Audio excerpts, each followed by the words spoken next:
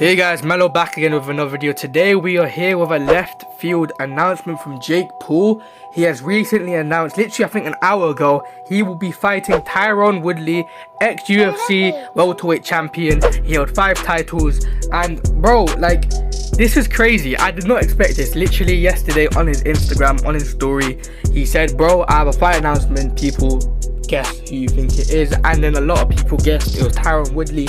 And today, he has confirmed he is indeed fighting Tyron Woodley.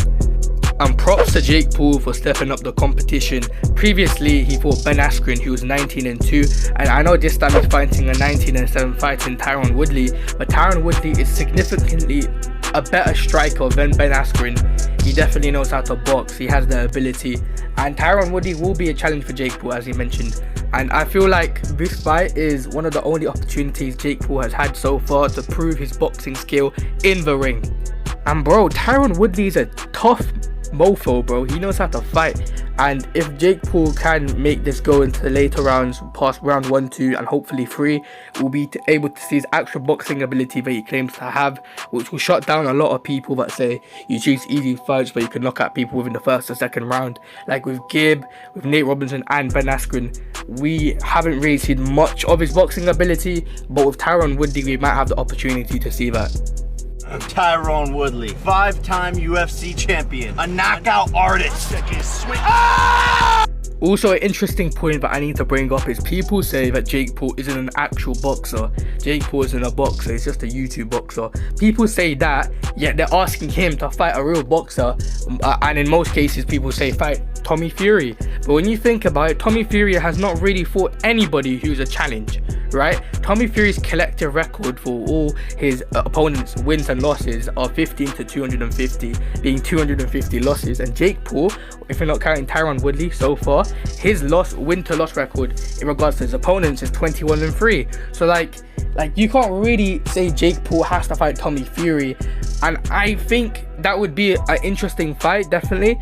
But you can't come at Jake Paul for not choosing an actual boxer if you're saying he's not an actual boxer, you know what I'm saying? Another inquiry people have is if Jake Paul theoretically beats Tyron Woodley, who would he fight next? I think the obvious answer is going to be Nate Diaz. If Jake Paul is allowed to fight all of these UFC guys and he beats Nate Diaz, who has previously beaten Conor McGregor, then bro, he is cloud 9, you know what I'm saying? And after that, people are going to say, okay, fine, actual boxer. When Jake Paul has enough experience, he'll be like 5-0, 6-0, whatever. He's going to fight Tommy Fury, bring it up to 6 or 7-0. And then at that stage, I think he has enough experience to fight somebody who he would consider he'd be able to beat, which might be Conor McGregor. I don't think he'll fight KSI, because KSI will have 1 or 2 warm-up fights, being most likely Bryce Hall in the future. And then maybe Taylor Holder if Deji loses to Taylor Holder, but that's a completely different conversation. I think Jake Paul is on the road to Conor McGregor. If he doesn't mess up the next 2 fights, then I think he's good as gold to fight Conor McGregor, which is a crazy thing to me. If you ask me the same question, will Jake Paul fight Conor McGregor in his future, in his boxing career, I would say no a year ago. But now, bro, if he beats Conor McGregor, he can fight anybody he wants, bro. Anybody. And one of the fights that I really do want to see, but I kind of don't want to see at the same time, is Jake Paul vs Logan Paul.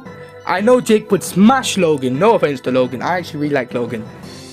But that would be a very interesting fight because most people would be backing Logan, even though Jake Paul's a better fighter. It would be a really weird dynamic, which would make it way more interesting. And 2 brothers fighting, you know, the Klitschko's were going to do it, they didn't do it. Now is the perfect time. We're putting the 2 biggest names in boxing, arguably, together, and that would create a huge blockbuster of a fight. Anyways guys, that's all from me today. Thanks for watching. Make sure to like, subscribe and comment. Hopefully next week I will be reviewing Mayweather versus Paul, and a week after that YouTubers versus TikTokers. A lot of content on the way guys.